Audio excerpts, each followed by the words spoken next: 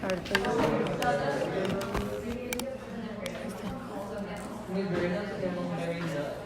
gracias. Sobre la decisión de se retirará una sesión de derechos o qué.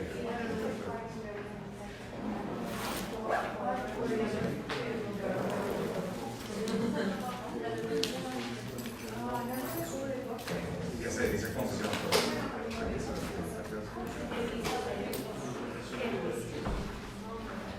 Licenciado, Primera lista porque queremos que se puede hacer en caso de que para participar. Sí, pero pues ya no sé porque... Sí.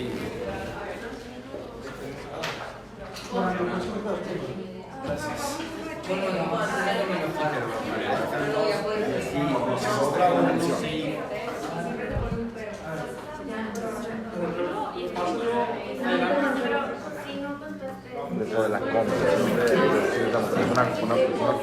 un tratado que está firmado ratificado por México, pero lo que yo no entiendo es a qué se refiere con concesión. Que si tú conoces eso, o sea, ¿a qué se refiere con concesión? Es que yo es lo que entendí, pero a lo mejor se refiere a otra cosa, de que concesión es otra cosa jurídica, de que... Diego Armando. Mariana. aquí. Edgar. Aquí. Silvia. Digo, está con los 40. José Teófilo. Sí, a la mejor. Ana Lucía. Ana Lucía. Daniela García. Aquí. Jorge Janón. Regina. César. Amaru. Paulina. Sofía Carpizo. Valerín. Félix Laciano. Rosana. Teresa. Fátima. Francisco Javier. María Fernanda. José Mauricio. Walter. Daniel. Emiliano. Elvia. Mauricio Castillo. Bien. ¿Qué va a haber? ¿Qué va a haber? El mito. Vamos el primer semestre a hacer hamburguesas chéveres. Hamburguesitas chéveres, sí. Son buen viaje. Bueno, vamos a seguirle.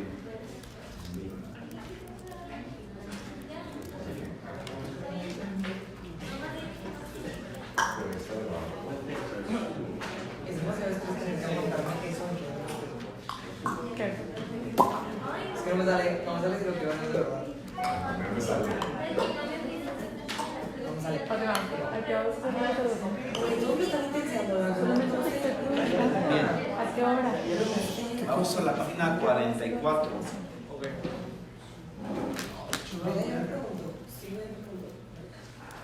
El autor te explicó en el punto pasado, que está hablando de la demanda, cómo deben señalarse los hechos. Y te decía que los hechos deben ser claros. Y los hechos finalmente son contestados por el demandado. César, ¿cuál es la actitud, la postura que puede adoptar el demandado frente a los hechos? ¿Qué tiene que hacer el demandado? ¿Cómo los va a contestar? ¿Cómo los va a contestar? Aceptando, diciendo que no es suyo ese hecho, o sea que no lo desconoce, o diciendo que no es cierto. Así es, entonces una es estrés. Entonces, por ejemplo, lo clásico, alguien dice, oye, pues voy a empezar, en fecha tal se constituyó la empresa que va a demandar. El objeto social es este. Eso el demandado va a decir, no es un hecho propio y por tanto, pues no, ni lo afirmo ni lo niego. Nosotros normalmente en la concesión dice uno, no es un hecho propio, pero para efectos procesales lo niego. Si algún hecho, después vamos a ver, si algún hecho no lo contestas, empieza el problema de si se tiene por cierto o no se tiene por cierto. Sí. En la contestación es cuando se hace también la contrademanda. Sí. Ajá. Entonces lo que tienes que hacer es, como es una contrademanda, ¿cuál es el nombre de la contrademanda? contrademanda, jurídicamente hablando. No, la contrademanda. ¿Qué es? Cuando tú demandas a alguien Ajá. y ese alguien te demanda a ti. Así es. Entonces eso se llama reconvención. ¿Sí? La reconvención. Entonces, normalmente yo nunca aconsejo hacer una reconvención, nunca. Entonces te demandaron y contesta. Y entonces cada uno de los hechos tiene que decir lo suyo, no, y además se pone a tirar guamazos. No, me está tonto, hombre. ¿Por qué? Pues porque si apenas vas a andar con esto, o sea, vas a andar a las prisas, ¿verdad? Con prisa contestando esto, ahora te quieres poner a tirar gatazos. No, hombre, el otro tuvo quién sabe cuántos meses, años, o qué, para demandarte, preparó bien su demanda, y tú quieres contestar y además tirar. No, hombre, no, mejor relájate, ¿verdad? Puedes hacer una demanda posterior y pedir que se acumulen a ¿ok? Entonces, espérate, relájate. Muchas veces el cliente quiere eso, el cliente quiere ver sangre. No, usted tire, porque a veces es mendigo maldito. Espérate, relájate. Pero quieren ver eso, que tú también estás atacándolos. No, espérate. O sea, si tú ya andas con el tiempo encima, contestando una demanda, todavía te pones a armar una demanda. No, hombre, ni le hagas. Mejor, en ocasiones es posible que tú hagas una demanda aparte y entonces las acumulen. ¿Qué ventaja tiene la reconvención? Tiene una ventaja. Vamos a imaginar, que la vez pasada te lo dije, te están demandando aquí por 1,000, millón, lo que sea. ¿Ok? Y entonces tú, a lo mejor se los debes. Y entonces si en la misma contestación hace la reconvención, ¿sabes qué? Tú a mí me debes, por otro concepto, 300. Entonces, si es que es cierto, el juez en la demanda va a analizar esta demanda y va a analizar esta demanda. Entonces, en la sentencia el juez va a decir, se demostró que fulanito le debe 1,000,000 de pesos y se demostró que a su vez le debe al otro los 300. Entonces vamos a, ¿cómo se llama cuando eres acreedor y deudor recíproco? Compensar. ¿Ok? Vamos a compensar. Entonces finalmente quedan 700 sobre la mesa. Entonces tiene esa ventaja de que en la misma sentencia ya fijan los 700.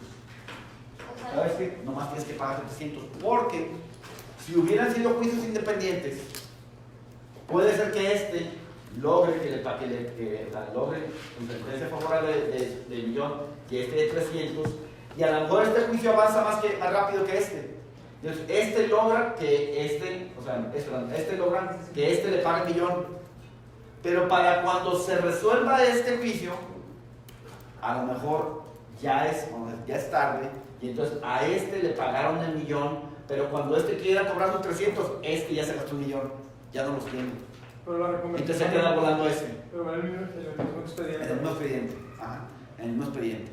Entonces, por eso, esa es una de las ventajas que tiene, que en el mismo juicio se resuelvan dos cosas que en principio pueden no estar relacionadas una con otra. Aunque insisto, si es que pudiera ser, si hubieran sido juicios independientes, que cobre y no alcance a cobrar. En cambio, de esta manera ya se cobró lo chino, como decimos. O sea, la ventaja de la reconvención es la compensación que pueden Que pudiera surgir. ¿Cuánto? Ya te cobraste lo chino y ya. Porque si fueran separados, a lo mejor a sí logras 1,000,000 y de repente pues ya es insolvente, se va a ir al caliente a apostar y demás, y ya no tiene bienes, y ya para cuando gane, pues ahí te cobras, ya el otro es insolvente. Entonces tienes la ventaja. Sí. O sea, tú puedes por tu parte como que juntarlo en el mismo juicio, nada más incluyendo en la contestación sin tener que hacer otra demanda. O sea, si hubiera contrademandado, se estuviera llevando en los dos procesos diferentes. A ver, no entendí. O sea, se cuenta, en la misma contestación a la demanda que te hizo, Ajá. te demandan y en la misma contestación pones de que a mí me debía 300,000 pesos y los pides. Contesta primero, todo lo que están diciendo aquí lo contestas. Si es cierto el primer hecho, no es cierto y quién sabe qué. Sí, lo que sea. Pues además vengo yo a hacer una demanda.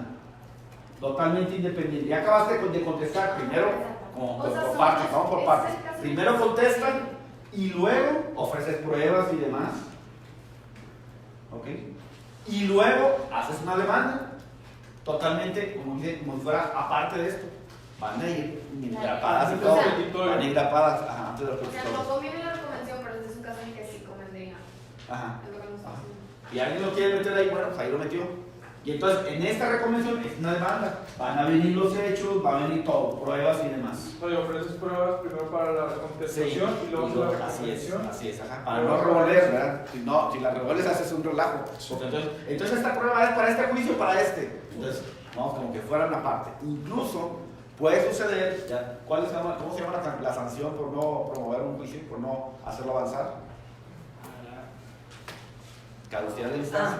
Sí. Puede ser que alguno de los dos juicios no se mueva, el otro sí. Y puede ser que caduque uno de los dos. O sea, puede caducar este o puede caducar este. Porque puede ser que a este no le avanzaron y nomás se empezaron a dedicar a atender este juicio. Y este sí está avanzando y este no. Y entonces puede caducar este y no el otro, viceversa. Y en ese Pero si el caso, otro caduca, pues el demandado pues, se va a ganar 300,000 pesos sin tener que pagar el millón, no se cuenta, o 700. Si caduca ¿cuál? Pues si caduca el de arriba, sale beneficiado el de abajo. O sea, el que contesta. Sale beneficiado entre comillas, ¿verdad? Porque en ese momento no lo condenan. A lo mejor lo puede volver a demandar. ¿Y por qué se caduca si el otro es producto de la contestación del primero? Como te decía, es que puede ser que no tenga nada de relación con el primero. Pero solo está el mismo expediente. No va atado uno al otro, ¿no? Este puede ser una cosa totalmente independiente, y entonces por eso es que este puede concluirse por caducidad, puede haber desistimiento, puede haber, en fin, son juicios totalmente distintos que se están llevando en uno solo por facilidad, ¿verdad? Por los efectos que pudiera tener, pero son independientes uno de otro. Puede uno caducar, en este pueden declararlo nulo, en este pueden declararlo, se puede desistir, en fin, son juicios independientes uno de otro, ¿ok? No tienen relación uno con otro, no necesariamente tienen relación uno con otro, ¿ok? Bien, entonces dijo el autor, la postura del demandado va a ser referirse a cada uno de los hechos, y acá igual, el que le dicen actor o demandado reconvencionista. Okay. Ahora, tiene que contestar estos hechos. Y entonces, están dos juicios en un solo expediente. Entonces, esta es la postura del demandado, tiene que afirmar, negar o decir que no son propios. Y te dicen entonces además, tienen que estar numerados los hechos, que sean claros, para que el otro se pueda referir a ellos, a cada uno de ellos. Y además, las pruebas, habíamos visto, las pruebas tienen que decir ¿qué hecho quieres demostrar? Vengo a ofrecer esta prueba, los testigos, el perito, qué sé yo. Quiero demostrar el hecho número 3 con esta prueba. Quiero demostrar el hecho número 4. Ajá, especificar con qué hecho tiene relación. Por eso es importante enumerarlo. ¿Ok? Para que en el momento en el que el juez va a calificar las pruebas, es decir, va a decir qué pruebas admite y cuáles no, va a ver qué es lo que se quiere demostrar con cada prueba. Y a lo mejor el juez te puede decir, ¿sabes qué? Con esa prueba no vas a demostrar eso y te desecho la prueba. No te permito admito la prueba porque con esa prueba no vas a demostrar esto. No sé, imagínate que quisieras demostrar el matrimonio, la existencia del matrimonio, con la prueba testimonial. Entonces te dice, pues, es que el matrimonio no lo puedes demostrar con la prueba testimonial. Solo hay una prueba, ¿cuál es? El acta de matrimonio, ¿verdad? Es la única prueba y entonces esa prueba no se demuestra con testigos. Entonces si alguien quiere demostrar el matrimonio con testigos, te va a decir el juez, te la desecho. ¿Sabes qué? Pues no se puede demostrar eso. Entonces de ahí la importancia que la prueba tiene que estar relacionada con algún hecho y entonces el juez se va a fijar si efectivamente se puede demostrar o no. A veces pasa, el problema es que a veces con la prueba se demuestran más cosas que las que quería demostrar la persona con los hechos. ¿Verdad? ¿Sabes qué? Con esta prueba se demostraron además otras cosas que ni siquiera estaban previstas en los hechos. Y empieza el problema de si tiene o no tiene validez esa prueba. Sí. Si el juez desecha la prueba, ¿puedes volver a presentar otra o ya no? Aguanta que después lo vamos a ver. Pero dentro del proceso pasa este periodo, demanda, contestación y luego viene el ofrecimiento de pruebas y entonces nada más tienes determinado momento para ofrecer las pruebas. En este caso, por ejemplo, la ley te dice que junto a la demanda, en la demanda o en la contestación, debes ofrecer las pruebas y no hay otro momento para ofrecer pruebas. ¿Okay? Ya están ofrecidas y posteriormente el juez va a decir cuáles admite y cuáles desecha. ¿Okay? Bien, más adelante te dice el autor fundamentos del derecho de acción y clase de acción, y entra ahí el autor con una discusión que es una de las discusiones, vamos a decir, clásicas, de las discusiones más, vamos a decir, que más importancia han tenido en el derecho procesal. ¿Cuál es la discusión? Tienes que citar los preceptos específicos que te permiten hacer la demanda. No, pero en el siguiente punto, en la página, ya estamos en la página 44, te dice el autor ahí, fundamentos de derecho y clase de acción, y empieza el autor, letra A, la acción.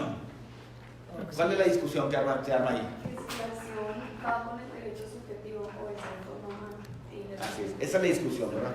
Si el derecho sustantivo en un principio y después subjetivo, si trae pegado la del derecho de acción.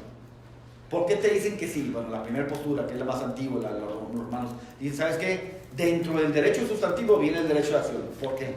Porque Sí, así sí, lo sí, puede. La relación medio-fin. Ajá, dice, si en un derecho de otra trajera la manera de cómo se protege, no existiera el derecho. ¿Ok? Bien. Y la otra postura, que entonces viene más adelante, ¿ok? Te dice, en cambio, los autores alemanes e italianos al final impugnaron ese criterio. No, tan mensos. ¿Cuál es el argumento que sostiene la postura, vamos a decir, más reciente? O sea, o sea, tú puedes no tener el derecho sustantivo, sin embargo lo puedes pedir. Ajá. Entonces, esa es la principal, vamos a decir, defensa o contraposición de esta otra teoría. Dice, no, hombre, espérate, la acción existe independientemente de que no tengas el derecho sustantivo. Tan es así que a lo mejor el actor pierde. A lo mejor le dicen al actor, no tienes el derecho sustantivo. Sin embargo, sí tuvo el derecho de acción. Y luego además te dice otra cosa. El demandado tiene derecho de acción y no se está refiriendo a este. El demandado tiene derecho. ¿Cuál es el derecho de acción del demandado? Contestar, ¿no? O ¿Contestar defenderse. qué? Defenderse y decir no, Pues, ajá. no tienes ese derecho o Ajá. Y a su vez también es pedirle al juez. Pedirle al juez que declare que el otro no tiene el derecho sustantivo. ¿Verdad? Ese es el derecho de acción del demandado. Por ahí te lo dice el autor. Te lo dice en la 45, más o menos te lo dice a mediados del segundo párrafo. Te dice de su actividad jurisdiccional sin más diferencia que la de perseguir una declaración negativa, o sea, el demandado. Es decir, la declaración del juez de un derecho contrario al afirmado por el actor. Si pues el derecho de acción y el derecho sustancial fuesen la misma cosa, en rigor técnico, deberían corresponder únicamente al verdadero titular del derecho material. Y entonces, pues no siempre el que es el titular es el que demandó. Más adelante te dice, finalmente, el derecho de acción es un derecho subjetivo público. ¿Por qué público? Y no privado. que interviene el Estado. Interviene el Estado en calidad de Estado, en calidad de soberano. Entonces te dice, finalmente, es el Estado el que está obligado a resolver el problema independientemente del derecho privado. En la siguiente página, bueno, siguen igual peleando con ese, siguen insistiendo, pues, ¿no? En que una teoría y otra, te dice ahí en el segundo párrafo, los criterios intermedios varían entre una discusión y otra, pues hubo muchos criterios. No, le fueron quitando y poniendo. Entonces, dice, hay criterios intermedios, varían, pero fundamentalmente pueden reducirse a estas dos, las tesis opuestas, ¿verdad? La primera, te dice ahí en el siguiente párrafo, en efecto, el derecho sustantivo sin acción no es tal derecho porque no puede hacerse efectivo. ¿Okay? En consecuencia, todo derecho necesita para su vigencia al estar dotado de una acción o medio adecuado para hacerlo valer judicialmente. Esa es la primera postura. Y luego frente a esa viene la otra que te dice, ¿verdad? Que pues no, que puede ser que alguien no tenga el derecho sustantivo y aún así haya demandado. Por eso se considera el derecho de acción como un derecho autónomo. Dice, un derecho autónomo. El derecho sustantivo hecho valer consistente en la facultad de pedir a los órganos jurisdiccionales su intervención para solución del conflicto, y ahí cabe tanto para actor como para el demandado, pues. Te dice más adelante, fíjate, te dice, hemos dicho ya que a consecuencia de este nuevo derecho, el derecho procesal mismo sufre una transformación. De derecho privado se convierte en irrenunciable, de pactable, se convierte en ajeno a los pactos entre particulares. ¿Qué quiere decir eso? ¿Pero qué quiere decir eso? O sea que entre particulares no puedes pactar renunciar al derecho de la. Bueno, pues. Ajá, entonces, en principio, nos te dice más adelante, en el último párrafo, aun cuando nuestro código considera ya el procedimiento como irrenunciable y sin posibilidad de quedar sujeto a pactos procesales, el capítulo primero lo dedica a la clasificación de acciones reales. Entonces te dice, mira, las reglas procesales, las reglas de cómo se lleva a cabo un juicio, son irrenunciables. Hay muchas reglas en el derecho sustantivo que son renunciables y otras no. Veíamos la clase pasada en por ejemplo, en el caso del fiador. ¿A qué lo hacen que renuncie el fiador? ¿Te acuerdas? A varios beneficios, a 3 beneficios. Era el de que primero tuvieran un juicio contra el Orden. orden. Exclusión y división. ¿Ok? Entonces, por ejemplo, esos derechos que tiene el fiador en un contrato dicen, tú vas a ser fiador, sí, vamos a señalar que tú renuncias a estos derechos sustantivos. Y entonces empieza el problema si puedes o no puedes renunciar a derechos sustantivos. ¿Qué es la compensación en el matrimonio, por ejemplo? O sea, cuando En el divorcio, más que en el matrimonio, en el divorcio. La compensación. O sea, es como un monto que se le da al cónyuge que haya sido, por así decirlo, afectado. Que sea dedicado predominantemente al hogar. Predominantemente al hogar. Ok, bien. Yo recuerdo que cuando se casó un artista, Thalía, no sé si lo ubican. Sí, Bueno, cuando ella se casó con el señor Semotola, hicieron un pacto. Mira, si nos divorciamos al primer año, me vas a dar tanto dinero. Si me divorcio al 5, tanto. Si tengo hijos, si no tengo... Hicieron todo ese pacto. Vamos a imaginar que se hubieran casado en México. Si cuando se divorcia, ella tiene derecho a más, porque su esposo hizo más dinero que los 5 millones o 15, lo que le hayan prometido. Ella, cuando hizo pacto, renunció a la compensación que le da la ley, ¿verdad? Y ella dijo, yo con esto estoy tabla, estoy bien, pero está renunciando tiene derecho a más. Entonces el problema es si vale o no vale ese pacto. Suponiendo que estamos en México. O sea, suponiendo que lo hicieron aquí. Sí, se casó en Estados Unidos. Sí, no, entonces. Pero ese pacto valdrá. No. No, pues. No, porque pues tienen la obligación. ¿Lo puede hacer sociedad conyugal ese pacto? No, es irrenunciable. Habría que ver, ¿verdad? Pero si lo estás haciendo precisamente, si dices, esto lo pactamos en lugar de la compensación, necesariamente estamos hablando de ¿qué régimen? Separación de bienes, porque no existe en sociedad conyugal. En sociedad conyugal es mitad y mitad. Okay, entonces necesariamente estamos hablando de separación de bienes, por eso el régimen no tiene que ver, ¿verdad? Aún así, pudiera estar casados en sociedad conyugal y aún así lo hacen. ¿Sabes qué? De todas formas, si nos divorciamos al año y a los 4, y si tengo hijos y si no, que quién sabe qué. Okay. El problema es si tiene validez. Si esos tipos de pactos en México tendrían validez. Creo que no. O igual y O sea, si lo haces en vez de la compensación. Si le están dando más dinero del que realmente le corresponde, pues fíjate como todavía no somos mucha lana, y entonces él puede alegar la nulidad de eso.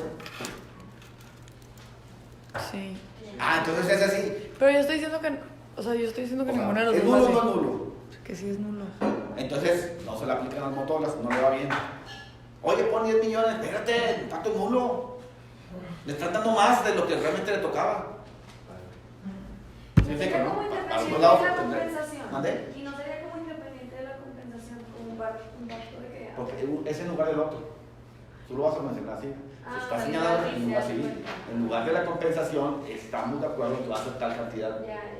¿Verdad? Sí, es contra. Pero el problema es si es válido.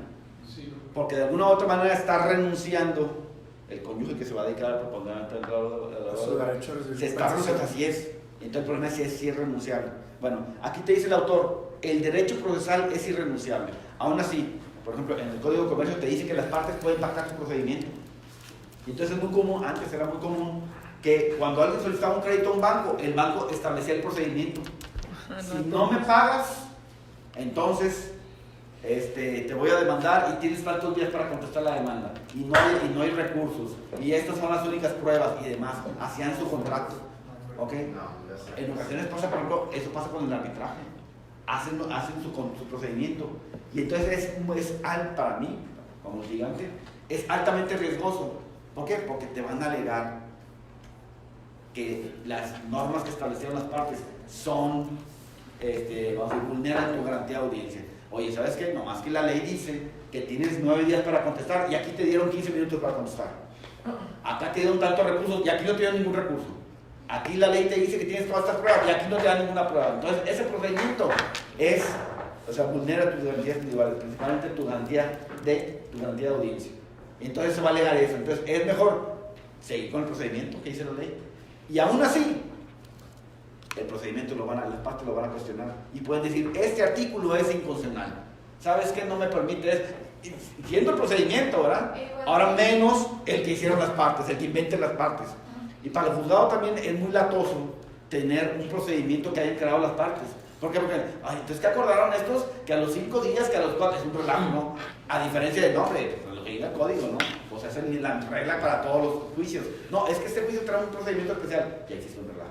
Entonces te dicen, las reglas procesales son irrenunciables. Pero ahora sí te digo, el Código de Comercio permite que las partes puedan hacer un procedimiento convencional.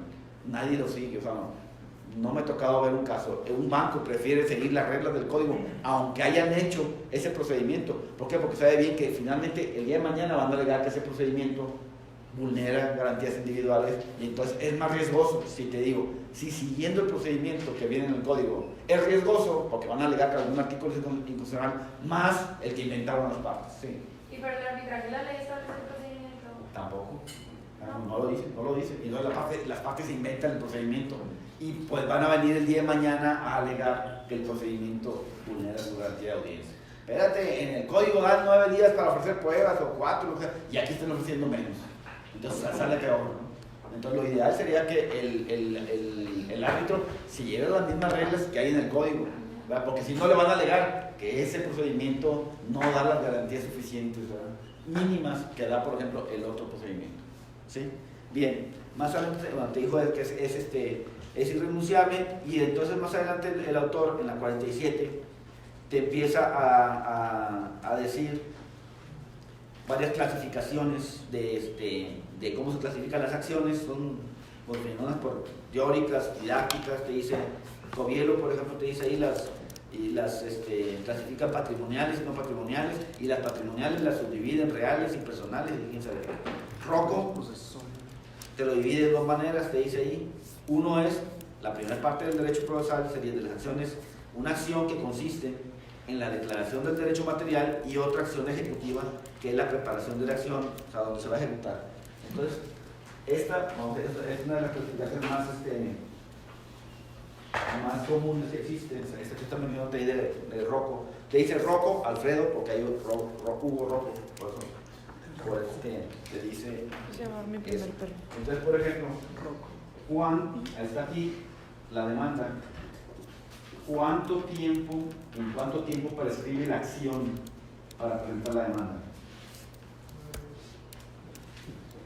¿Cuánto? ¿En cuánto tiempo prescribe la acción para presentar la demanda? Desde que sucede, o sea, desde que 10 años, ¿no? 10 años, ¿ok? Es la regla general. ¿Ok? Entonces 10 años tienes ahí para presentar la demanda. En ese tiempo prescribe la acción. Una vez que el juez dicta sentencia, vamos a imaginar que ya la sentencia ejecutoria, la sentencia ya se puede ejecutar. Y te decía, este derecho es independiente del que aquí, del derecho sustantivo que se reclamó. Bien, ¿cuánto tiempo tienes? Otros 10 años. Otros 10 años. Cada código va a tener sus reglas, ¿ok? Claro. Por ejemplo, en el Código de Comercio te dice que si el juicio fue ejecutivo, son 3 años. ¿Ok? Y cada código va a tener sus reglas. Pero la regla general son 10 años en el caso de Nuevo León. ¿Ok? El Código de Procedimiento Civil de Nuevo León te dice que son 10 años. Entonces ves cómo son 2 acciones. Esta es la acción para presentar tu demanda y esta es la acción de ejecución de sentencia. ¿Ok? Son acciones distintas que cada una trae un término de prescripción distinto. Este término de 10 años se puede interrumpir y vuelven a comenzar otra vez los 10 años, y vuelven a comenzar los 10 años y demás. Esta acción de ejecución de sentencia también se puede interrumpir. ¿Okay? Le pides al juez que ejecute la sentencia y se interrumpe el término de 10 años y empiezan a contar otros 10 años. ¿Okay? Esto existe en todos los juicios. Hay un plazo para presentar la demanda, para acudir al tribunal, y hay otro plazo para ejecutar la sentencia. Vamos a imaginar el caso del Chapo Guzmán. El Ministerio Público tiene un plazo para llevarlo ante un tribunal y no sé si con él le dictaron sentencia o no, pero vamos a imaginar que sí le dictaron sentencia. Ya le dictaron secuencia. ¿Sí? ¿Sí le dictaron? Ya. Bueno, Estados Unidos ya. Pero aquí en México. Según yo no. Vamos a imaginar que le hayan dictado sentencia y se fuga, pues empieza a correr un término de prescripción de la ejecución de la sentencia. O sea, si corre No 10 es- años, ¿No es? ¿Vale? si corre 10 años, La materia penal ahí te dice, en razón de lo que le hayan condenado, hay una regla aritmética y te dice en qué tiempo prescribe la ejecución de la sentencia. No esta, ¿ok? Porque esto propiamente ya no existe. Lo que existe es este derecho del Estado de aplicar la sanción, de aplicar la sentencia. ¿Ok? Entonces, esto va a ser lo que va a prescribir. Entonces, anda fugado el Chapo, bueno, aquí está corriendo el término, ¿verdad? Si hubiera pasado determinado número de años, entonces a lo mejor ya no podrían a él intentar aplicarle, o sea, la sentencia, que cumpla con la sentencia, porque ya prescribió la ejecución de la sentencia penal. ¿Ok? Y ya nada tendría que ver esto. No, simplemente se dictó la sentencia en otra fecha, empieza a correr el término. ¿Ok? Entonces te dice ahí, Hugo Rojo, te dice ahí hay esas dos categorías, uno la declaración del derecho material, que sería la primera acción, y luego la siguiente te dice ahí, la ejecutiva, ¿verdad? Para la preparación de la acción y para la realización de intereses procesales y materiales cuya tutela aparezca acreditada, ¿verdad? Entonces, ¿cuándo aparece acreditado la tutela? O sea, en este momento. Ya se dice, efectivamente, a fulanito tiene el derecho sustantivo tal. ¿Okay? Entonces estamos ya en ese caso. Acciones constitutivas, ¿cuáles son, Félix, las acciones constitutivas? El supuesto de la intervención del juez en un litigio es, como hemos repetido, la existencia de un conflicto entre las partes contendientes. ¿Cuáles son? Tú dime tu ronco pecho, ¿cuál es? Tu ronco pecho. Ese es Walter. Ajá, ¿cuál es el ejemplo? El individuo que demanda a su esposa el divorcio está ejercitando una acción constitutiva porque a consecuencia de la sentencia que se produce se creará un nuevo estado civil. Ok, se crea un derecho, pues no te dice ahí, ¿verdad? Ahora bien, cuando la solución del conflicto a través de la sentencia no solo dirime la controversia, sino que crea derechos nuevos, entonces tenemos acciones constitutivas y viene entonces ese caso, ese ejemplo del estado civil. O sea, constituye algo nuevo. Ajá. Ajá. A diferencia de la otra, la acción declarativa, que ¿cuál es la acción declarativa? Que tienes un derecho declara si tiene el derecho o no.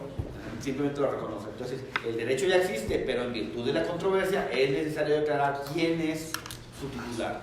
Por ejemplo, el poseedor de un predio dominante demanda al poseedor que contraría el gravamen el reconocimiento de una servidumbre.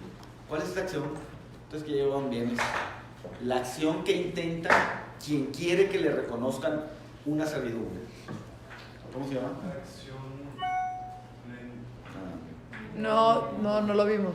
¿Lo vimos? Sí, Porque... No es la plenaria. No. ¿Qué libro llevaron? Gutiérrez y González. ¿Es un internet? No, la acción se llama confesoria. No lo vimos. O si llevaron el libro, ahí lo mencioné. No, pero es que no leímos todo el libro. ¿Y vieron el capítulo servidumbre? Se me hace que no. No, lo vimos en el código. Lo vimos en el código. Bueno, está bien. La acción que ejercita a alguien para que le reconozcan la servidumbre se llama confesoria. La acción que intenta a alguien para que desconozcan la servidumbre se llama negatoria. ¿Okay? Acuérdate que las servidumbres, si no las usas, se pierden, desaparecen. ¿Okay? Entonces puede ser que alguien le pida al juez, oye, pues sabes que fulanito no ha usado la servidumbre, quiero que declares que ya no existe la acción negatoria. ¿Okay? Puede ser, el caso contrario, alguien que quiere que le reconozcan una servidumbre. la acción confesoria, y es el caso que se está mencionando ahí el autor, ¿ok? Entonces dice ahí, es una acción declarativa, perdón. Acción de condena, ¿cuál es esa? La obligación existe. Que lo- Cuando se demanda la obligación. Tipo lo de pagar dinero, ¿no? O sea, te condeno a que sí lo pagues. No se constituye, la acción ya existe, no se constituye en favor del actor y su declaración sobre su presupuesto para que la sentencia ordene al obligado a cumplir. Y viene otra clasificación más adelante, dice el autor.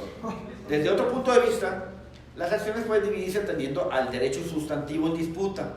Así tenemos acciones reales. ¿Cuáles son las que menciona ahí el autor? Las acciones reales. Reivindicación, hipoteca, confesoria, petición de Ahí herencia. está la acción confesoria. Sí. Confesorias que confieses, ¿verdad? Que se reconozca que algo de petición de herencia. Posesorias, como se recordará, la posesión es un hecho protegido por el derecho, por ello caben dentro de esta acción los interdictos posesorios. Habíamos visto que hay dos tipos de interdictos, ¿cuáles son? Y de retener, así es. Acciones personales, cuando lo que se reclama es el cumplimiento de una obligación personal, de una obligación. Acciones del Estado civil, se pueden ocupar la nulidad del matrimonio, reconocimiento de hijos y demás. Viene más adelante, te sigue hablando el autor de clasificaciones. Así puede haber acciones de conocimiento, que son las primeras, las declarativas, ejecutivas y cautelares. Las cautelares, ¿se acuerdan que es? Que te estás preparando para algo. ¿Okay? En la práctica judicial, ahí dice, letra B. Ve uno la letra B y dice, ¿dónde estaba la A? ¿No? Te devuelve y dice, oye, ¿dónde estaba la letra A? Clásico, ¿no? De repente piensa que es Z, pues La igual. era la acción. Sí, la era la acción. Entonces, en la práctica judicial no se hace una argumentación jurídica en la demanda, sino que se menciona exclusivamente los preceptos legales del Código Civil o de comercio, en su caso. Entonces te dice el autor, cuando haces una demanda, no dices por qué tienes la razón. Porque simplemente estos fueron los hechos y no dices por qué tienes la razón. Te dice el autor, no se señala eso, ¿verdad? En la práctica judicial no se hace argumentación jurídica en la demanda, sino se menciona exclusivamente los preceptos legales. ¿Sabes qué? Te vengo a demandar con fundamento en tales artículos. Sin decirle, estás en el caso tal, porque fíjate que la interpretación del artículo debe ser este. O los alegatos, ¿ok? En su caso va a ser los alegatos, ¿verdad? Y también, no, tanto en la demanda como en la contestación, entre menos hables, y en la vida diaria, entre menos hables, mejor. ¿Okay? Entre más digas, más te van a tupir en la contestación. ¡No, y entonces te tupieron bien perro, ¿no? Entonces mejor, calladito, ¿sabes qué? Incumpliste porque el contrato dice que te obligabas a esto y se acabó. ¿Verdad? Y entonces no empezar como de feria de más, no le des más explicaciones porque él va a contestar todo eso y te va a tupir. En cambio, nomás, entre menos digas, es mejor. Hay gente que en las demandas las hacen kilométricas, larguísimas. A mí me tocó una demanda como de 7,000 hojas. ¿Qué? Y tienes 9 días para contestar. Nomás para leerlas. Nomás para leer 7,000 hojas. Pero esa de para que no, o sea. Sí, ahí lo que pasaba eran muchos actores. Entonces eran 100 y tantos actores que los habían defraudado. Y entonces van describiendo qué pasó con cada uno de ellos. A fulanito lo engañaron de esta manera, y al otro, y al otro, y al otro. Y por lo tanto tienes que contestar todo, si nomás con leerlas. Nomás con leerlas, debes haberlas leído para el día 4. Ya debiste haber leído las 7,000 hojas. Entonces, ¿qué? Raza, repártese hasta el carretonero. Así agarras unas hojas porque no la voy a librar, o sea. Y entonces al final vas a terminar eso como con los encantados. Aquí salvación por todos, y niego todo, y aquí con un escudo protector y todo, porque no la vas a librar con las 7,000 hojas, ¿no? Y luego, ¿cuánto fue la contestación? ¿De cuántas hojas más o menos? De 20,000. Poquito, porque niego todo. Pero por lo pronto tienes que estar viendo que hay cosas que no Y puedes ahora negar. los actores tendrían que probar todo, Sí. probar las 7,000 hojas. Así es. Pues claro, negaría todo también. Y ahí, por ejemplo, lo hace como estrategia, el actor lo hizo así como estrategia precisamente para que en el momento que el demandado tiene que contestar, pues se le va a complicar contestar con 7,000 hojas, ¿no? Pero luego se le va a complicar más a él demostrar todo, ¿no? Sí, y pone todo en la misma canasta, ¿verdad? Como te decía, ¿verdad? Todo, Sí, arriesga todo. sí, Pero, o sea, en la misma demanda está poniendo las pruebas, ¿no? Así es, de los ciento y tantas personas. Se está apostando que la Sí, o sea, ley tuvo un chorro ya de así tiempo es, para así hacer es la eso. contestación, o sea, que te equivoques en un error técnico Sí, o algo sí, así. Ajá.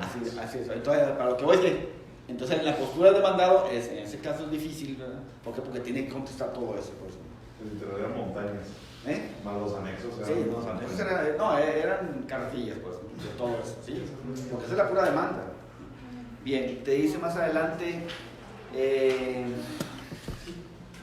Bueno, entonces no, en la práctica no se hacen argumentaciones en la demanda. Yo tengo razón por esto, no, además dices en qué artículos viene lo que estás tratando de demandar, pues, ¿no? Te dice, la última parte de la fracción tal en que se dice que se procuren citar los preceptos legales o principios jurídicos aplicables. Fíjate, la ley dice, procura aplicar. Hay una máxima que por ahí viene, que es, el juez te dice, dame los hechos y yo te doy el derecho. ¿Ok? Entonces realmente tú no tienes por qué decirle al juez cuáles son los preceptos legales en los que te fundas. A menos que por esos preceptos legales cambien lo que estás reclamando. ¿Ok? Por ejemplo, imaginemos el Ministerio Público que va a hacer su acusación. Entonces él tiene que decir si el robo está en la fracción 1, en la 2 o en la 3, porque con eso va a cambiar todo. Porque el del 1 alcanza fianza, en la fracción 2 ya no alcanza, o cosas así, ¿no? Entonces sí tiene que decir el Ministerio Público en qué está fundando su acción, ¿verdad? En la fracción 1, en la 2 o en la 4. Por ejemplo, cuando había causales de divorcio, igual tenías que decir cuál de todas las causales, no solamente me quiero divorciar, no, en cuál de todas las fracciones es en la que estás fundándote. En principio no es necesario, el juez conoce el derecho, pero si va a variar, ¿okay? Si varía tu acción en razón del artículo o de la fracción, sí tienes que mencionar cuál es la fracción en la que te estás fundando, ¿okay? Entonces la ley te dice, las partes deben procurar, no están obligados, ¿ok? Simplemente te dice procurar, ¿no? Te dice más adelante, debe procurar, es la forma que emplea el legislador para concordar este precepto con el artículo 2 que establece que la acción procede en un juicio, aun cuando no se exprese su nombre, con tal de que se determine con claridad la clase de prestación que se exige. Te dice ahí, mira, el artículo del Código de Procedimientos Civiles dice que no es necesario que digas qué acción estás intentando. No es necesario que digas, vengo a intentar la acción reivindicatoria.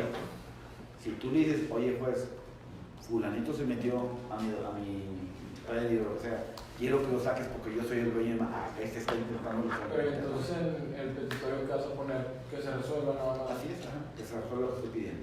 O sea, pero lo que viene allí es, no es necesario llamar a las acciones por su nombre. Pero sí sea muy claro qué es lo que está reclamando. Fulanito no me pagó, fulanito se metió indebidamente al terreno y sigue ahí, sácalo. A ver, no es necesario decir por nombre a la acción. ¿Okay? Es lo que te dice el libro. Pero sí identificar claramente qué es lo que quieres, en qué fundas tu derecho y qué es lo que quieres. Desde el punto de vista teórico, los italianos presuponen el conocimiento del derecho por parte del juez. Entonces, lo que te decía hace rato, el tribunal debe saber el derecho. Nuestro derecho, en cambio, exige la mención de los preceptos legales y de los principios que sean aplicables al caso, para que surja con claridad el derecho material subjetivo que es objeto del litigio. Más adelante te dice, debe hacerse notar la necesidad que el litigante tiene de escoger la vía y naturaleza del juicio. Entonces te dice ahí, por ejemplo, es necesario que diga el actor en qué vía está intentando el juicio. Por vía sumaria y... Así es. ¿Cuáles son las dos vías tradicionales? Ordinario y extraordinario. Ejecutivo. ¿Cuál es la diferencia? Que es en barrios del principio de En este barrio de grado se requiere de pago. Ajá. Requiere de pago, así es. No, necesita acá. Y en este primero va a comenzar el juicio. Y si tienes razón, va a venir una sentencia en la que después, oye, tienes 3 días de mandado, ya se demostró que fulanito tiene razón. Entonces tienes 3 días para cumplir con la sentencia. No la cumples, voy a proceder igual al requerimiento y en su caso al embarque. ¿Ok? Pero esa es la diferencia. Entonces, habrá quien pues se equivoca, ¿verdad? Y entonces, en lugar de intentar una vía, se va a la otra. No hay problema si, vamos a decir, el problema es si es ordinario el juicio. ¿De qué depende si es ejecutivo o ordinario? Del título, ¿verdad? El título con el que estás demandando, ¿verdad? ¿En qué, con fundamento en qué? Pues con un pagaré, con un reconocimiento de notario y demás, te vas al ejecutivo. La ley te dice en qué casos procede el ejecutivo. ¿Okay? Entonces, el problema sería que no tengas derecho al ejecutivo y te vayas por este camino. ¿Por qué? Porque entonces, a lo mejor, el juez te lo admite, después también se va con la finta, te admite la demanda y finalmente la sentencia puede llegar a la conclusión de que la vía estaba equivocada y te diga todo el juicio se anula. ¿Por qué? Porque tuvo la vía equivocada. Y ahora Y hay que volver a demandar. sí, pues. Aquí te permiten volver a. ¿Okay? Para apoyar el... Entonces, ¿dónde sabes? Pues vete al ordinario. ¿Okay? El ordinario, o sea, si te toca ejecutivo, te puedes ir al ordinario. Claro, pierdes las ventajas. Esta es la ventaja más importante de este juicio es este, que embargas desde el principio. Porque en este no embargas, sino hasta este momento. Entonces, en el transcurso del juicio, el otro pues, puede desprenderse de sus bienes, los puede perder. ¿Okay? Y entonces, por eso esta es la gran ventaja de este juicio y es el más valioso. Te dice el autor, bueno, tienes que escoger la vía y naturaleza del juicio, eso es, la vía es eso, si es ordinario, ejecutivo, sumario, en fin. Dice, el juez no puede modificar la vía elegida por el actor, te dice en el siguiente párrafo. Pues si equivocadamente elige una vía y el juez acepta su petición, conforme al artículo tal, se considera como una excepción procesal a la improcedencia de la vía y en su último párrafo señala tal. Entonces te dice, si el juez lo admitió, el juez no puede variar, te equivocaste compadre, te voy a ayudar, no es esta vía, es la otra. El juez, si la admitió así va a continuar y finalmente el juicio se va a anular. Pero si todavía no lo admite, sí le puede hacer una contestación de... Y una cosa importante, si el juez, dices tú, si el juez todavía no lo admite, entonces esta es la admisión. Puede cambiar la demanda hasta antes del emplazamiento. Y este es lo que va a tocar el tema.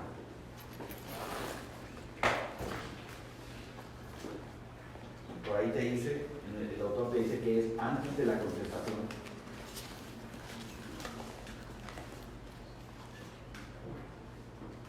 Cuando alguien presenta una demanda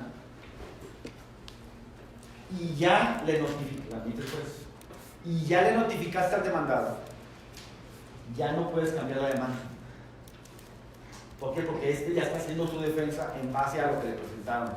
Entonces, ¡ay, la regué! Fíjate que yo quise decir. No, ya no está haciendo su demanda, su contestación. O sea, ya no le puedes cambiar, ¿verdad?, las reglas. Él está haciendo su contestación en base a lo que le presentaron. Entonces, antes del emplazamiento, él puede corregir. Puede hacerle lo que quiera a la demanda. ¿Sabes qué? Pues no es ordinario, es ejecutivo, en fin, puede hacerle el cambio que quiera antes del emplazamiento. Después del emplazamiento, ya no puede modificar su demanda. Ya, así se va a ir. ¿Okay? Ya no la puedes cambiar. ¿Por qué? Porque ya hay un demandado en el caso que ya fue notificado de eso. ¿Okay? Entonces te dice ahí, el juez no puede modificar la vía elegida por el actor, ¿verdad? Pues si equivocadamente elige una vía y así el juez acepta su petición, conforme al artículo tal va a continuar. Te dice más adelante, aun cuando el artículo 255 no lo dice, es elemental que toda demanda deba contener los puntos petitorios. ¿Qué son los puntos petitorios? Bueno, la demanda, normalmente la demanda va a comenzar con las prestaciones que está reclamando. ¿Qué está reclamando? Pues el pago de tal trámite. Por ejemplo, hay quienes, si es el incumplimiento de un contrato, lo primero que demando, pues, es la declaración de que fulanito incumplió, la declaración de incumplimiento. Además solicito que se cumpla con el contrato, que me entregue el carro que me vendió, o ya no quiero el carro, quiero nada más que me devuelva el dinero y el pago de daños y perjuicios. Entonces, con la evolución del precio, además daños y perjuicios, puede ser que ya estén calculados en ese momento, o puede ser que en el juicio se van a calcular a cuánto llegan los daños y perjuicios, gastos y costos. Esto es lo que estás ganando. Después vienen los hechos, en qué te fundas. En fecha tal hicimos un contrato. Pactamos que le iba a vender este vehículo a tal precio y que iba a ser pagadero de esta manera. Él me lo iba a entregar de esta forma. Le pagué el vehículo, pasó la fecha y no me entregó el vehículo. Le he ido a requerir y no me lo quiere entregar. Es todo lo que hacemos hechos, ¿verdad? Para estar los hechos. Y luego vienen las pruebas. ¿En qué te fundas? Aquí está el contrato. El contrato es un documental público o privado. Antes que todo, Teresa, ¿cuál es la diferencia entre una documental pública y la privada?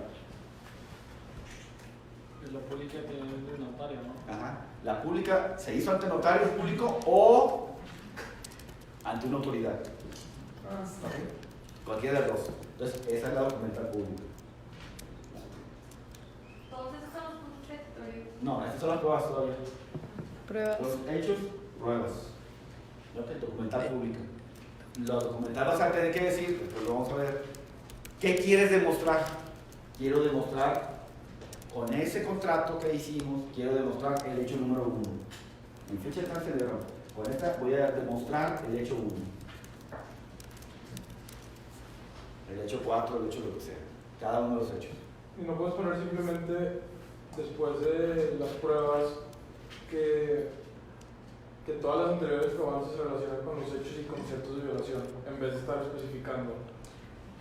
Vas a ver, hay algunas leyes que te dicen, cada código procesal tiene su regla, ¿no? En algunos te dice, dime, ya no te digo con qué hecho está relacionado, dime con qué punto controvertido. Es más difícil. Ni siquiera te dice con qué hecho, no, con qué punto controvertido está. ¿Con qué punto controvertido? Sí, pero implica saber cuál es la litis en cada uno de los, cuál es el problema que hay en cada uno de los hechos. ¿Okay? Bien, ustedes todos alguna vez han ido a pedir una copia certificada, ¿no? Ante un notario. Sí. Bien. No. ¿Alguien ha ido? En fin, entonces vas y te piden aquí, oye, tráeme una copia certificada del Cardex de primaria o quién sabe qué, ¿no? Entonces tú vas con el notario y el notario lo que hace, le saca una fotocopia, ¿verdad? Y le pone un sello al reverso y dice, esto es idéntico a lo que me mostraron. Y ya, traes tú la copia fotostática y al reverso viene el sello del notario. El notario hace un acta donde dice, se presentó ante mí fulanito y me pidió una copia certificada de este documento y yo me quedo con una copia también. De tal manera que su archivo está formado, entre otras cosas, por todas las copias certificadas que tú le pediste. Bien, si tú hiciste un contrato con fulanito, lo que le vendiste el carro, y exhibes en el juicio una copia certificada ante notario del contrato, ¿es una documental pública o privada? Privada. Privada no, privada sí. No, pero esa es una copia certificada. Pero el notario no da fe de lo que está en el contrato, sino de que ese papel es idéntico al otro. Entonces, ¿es público o privado? Es privado. ¿Okay?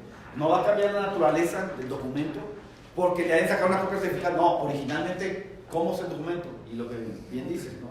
El contrato no se celebró ante el juez, ante el notario. Entonces el notario no sabe, no le consta si lo que dice ahí es verdad o mentira. Él nomás, lo único que le consta es que le trajeron un contrato que dice esto. Si se hubiese celebrado ante notario público, entonces sí sería público. Así es. Ajá. Y entonces al notario le consta lo que dice ahí. Pues yo no sé, pero aquí vino fulanito y dijo que le vendía el carro. Y que este era el precio y que lo que a mí me consta. Entonces, insisto, el contrato, el acto, en este caso el documento, no va a variar su naturaleza jurídica porque le hayan sacado una copia certificada ante notario. No, el documento sigue siendo en sí mismo privado. ¿Y en qué varía si es público o privado? ¿Qué tendrá que ver si es público o privado? El peso de la prueba. No, y El peso de la prueba, el valor de la prueba. ¿Okay? Que una prueba pública está hecha ante notario o por una autoridad, suponemos que es verdad lo que dice él. En principio lleva una presunción de que puede ser que sea falsa, ¿verdad? puede ser que al notario lo obligaron, le pusieron una pistola en la cabeza y tuvo que hacer algo. Un amigo, un chavo que trabajaba en una notaría, dice, oye, pues un día da cuenta que vinieron unos narcos para acá pronto a la notaría y le dijeron al notario, oiga, pues me están vendiendo un rancho, ¿y quién se lo vende? Pues el fulanito de tal. Ah, pues dile que venga para firmar la escritura. No va a venir. Nosotros nos vamos a llevar el libro a que lo firmen en el rancho tal. Y es que el protocolo no puede salir en la notaría.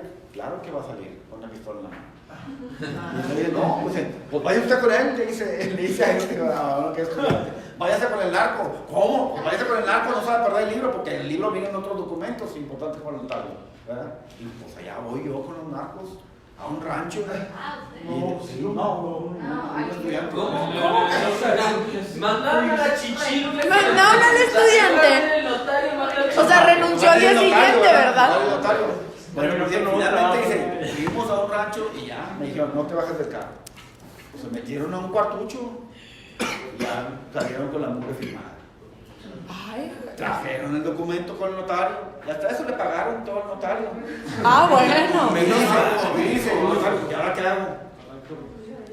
¿Declaro la nulidad de eso? No me consta quién firmó.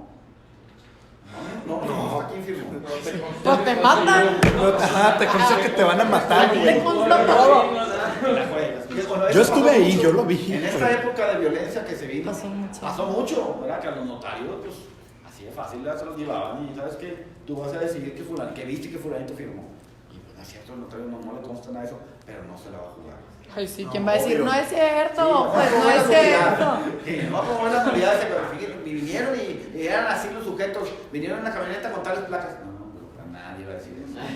Se la juega por el modo, así es, ¿verdad? Y entonces, en principio, el valor del documento público tiene pleno valor aprobatorio, por eso. Pero pudiera ser que alguien demuestre que no es cierto lo que asentó el notario o lo que asentó la autoridad.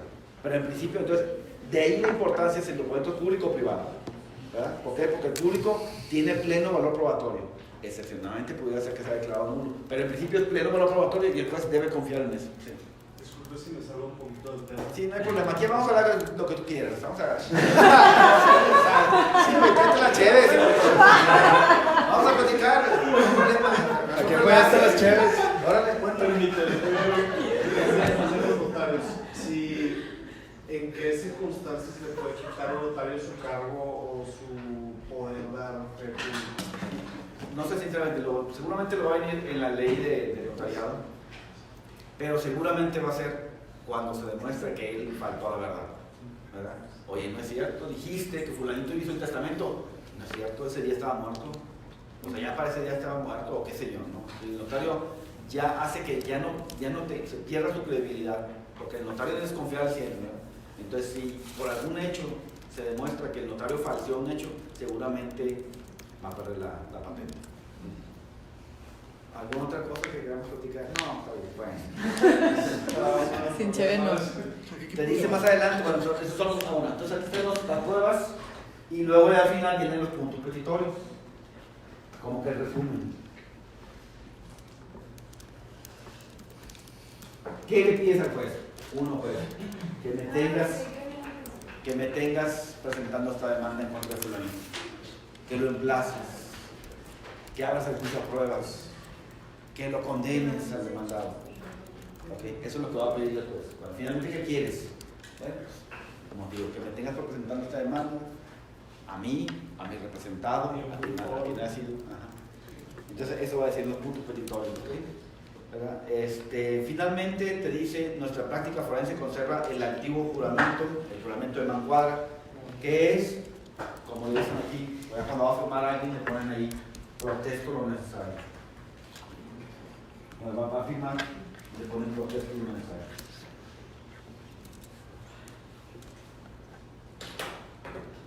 ¿Ok?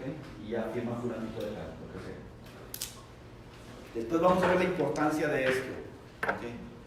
Hay algunas cosas que la ley te exige que lo hagas bajo protesta de decir verdad. Lo que vemos en las películas, ¿no? Protesta usted de decir la verdad y únicamente de la verdad. ¿Okay?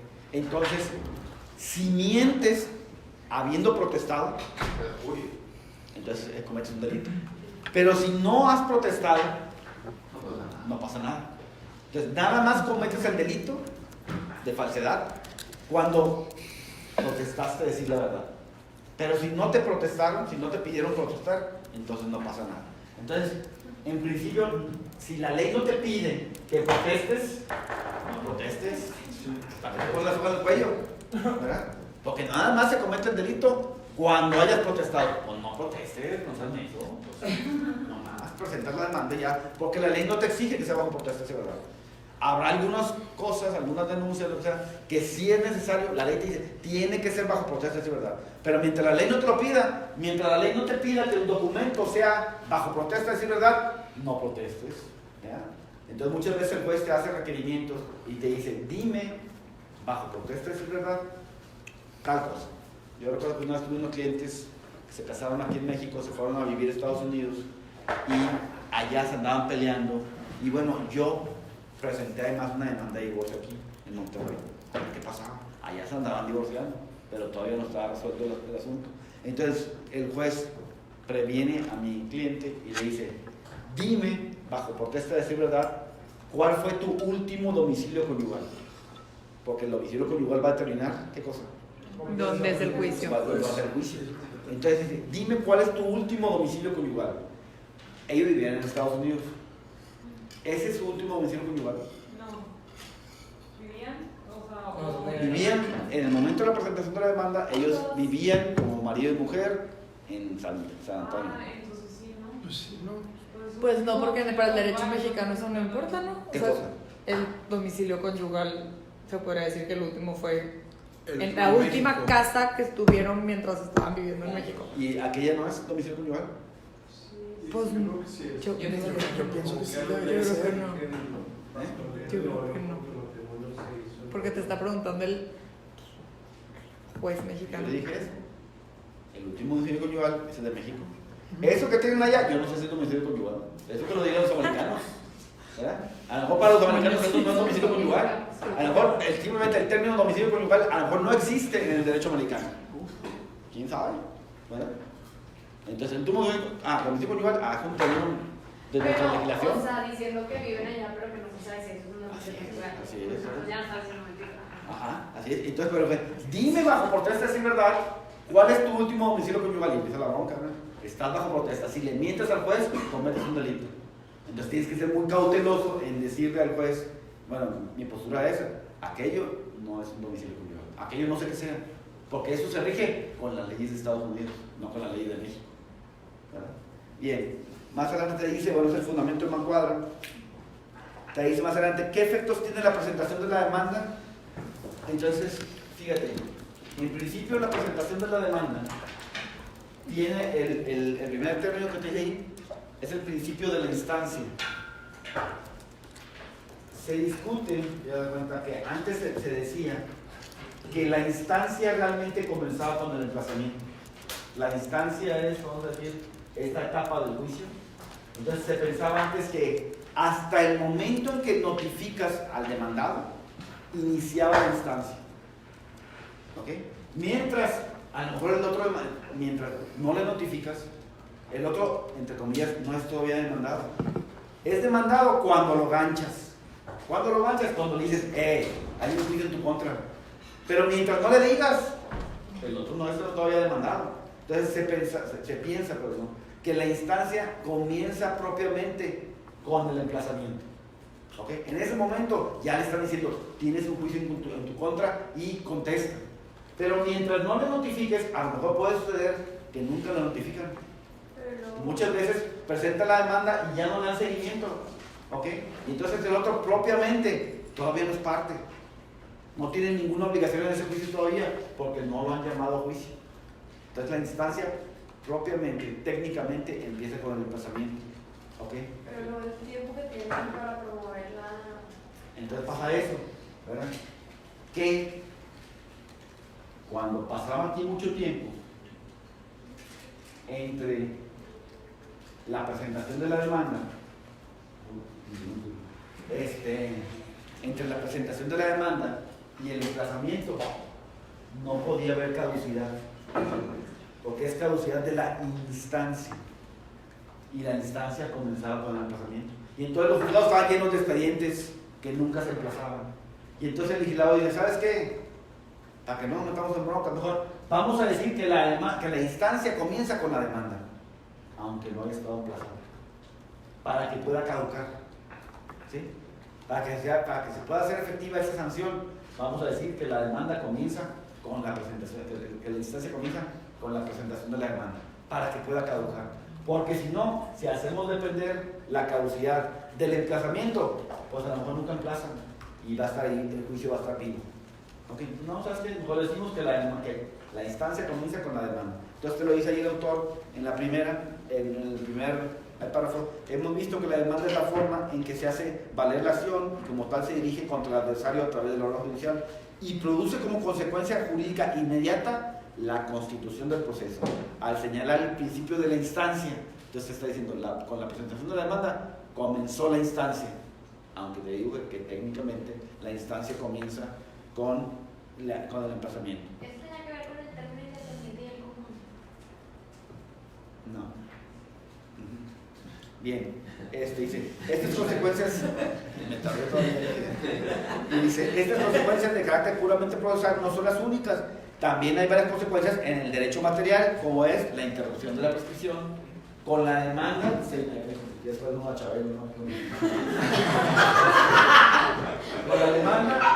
con la demanda te dice, se interrumpe la prescripción, ¿ok? Y acuérdate, si el que presentó la demanda no gana el juicio, no se interrumpió la prescripción, ¿ok? Entonces la demanda te dice, interrumpe la prescripción, la demanda civil, mercantil, penal, lo que sea, interrumpe la prescripción, ¿ok? Y es uno de los efectos en el derecho material. ¿Ok? Más adelante te dice, ante esta en fin, te dice, ahí te habla de una jurisprudencia que te dice, pues, ¿no? La presentación de la demanda interrumpe la prescripción independientemente de que se haya o no se haya hecho el emplazamiento. ¿Ok? Más adelante te dice el autor, agrega el precepto sustantivo que se considera la prescripción como no interrumpida si fuera desestimada la demanda o se desistiera de ella. Lo que te estaba diciendo, ¿ok? Si la demanda, si se desestima, o sea, si pierde, ¿ok?, la demanda o se desiste, entonces nunca hubo interrupción de la prescripción. Lo que está diciendo ahí el autor. Más adelante dice, el legislador mexicano siguió en esta solución la doctrina italiana y francesa y copió casi literalmente la disposición del Código Civil germánico. Entonces te dice, la prescripción tiene que ser por no interrumpida cuando se retira la demanda o es desestimada. Sí. Okay. Te dice, según el artículo 34 reformada, admitida la demanda, así como formulada la contestación, no podrá modificarse ni alterarse. Entonces lo que te decía hace rato, ¿no? La demanda se puede modificar, aquí te dice, en el artículo tal, dice, una vez que haya sido contestada. ¿Ok? En nuestro código te dice, en el Código Procesal Civil de Nuevo León te dice, una vez que fue emplazado, no puedes cambiar la demanda. En este te dice, una vez que es contestado. ¿Ok? El desistimiento de la demanda, ¿te acuerdas que había desistimiento de la demanda y de la acción? El desistimiento de la demanda que se realiza con posterioridad al emplazamiento requerirá el consentimiento del demandado, porque ya hemos visto. ¿Okay? El desistimiento de la acción no requiere consentimiento del demandado. ¿Por qué requiere consentimiento del demandado? Porque la puede volver a presentar. El desistimiento de la demanda produce el efecto de que las cosas vuelvan al estado que tenían antes de la presentación de la demanda. El desistimiento de instancia posterior al emplazamiento o el de la acción obligan al que hizo a pagar gastos y costos. Si este se desiste de la demanda, ¿puede volver a presentar la demanda o no? Sí, solamente se desiste la acción. Siempre y cuando esté todavía dentro del plazo de los 10 años. Vamos a dejarlo hasta ahí. Nos vemos el viernes.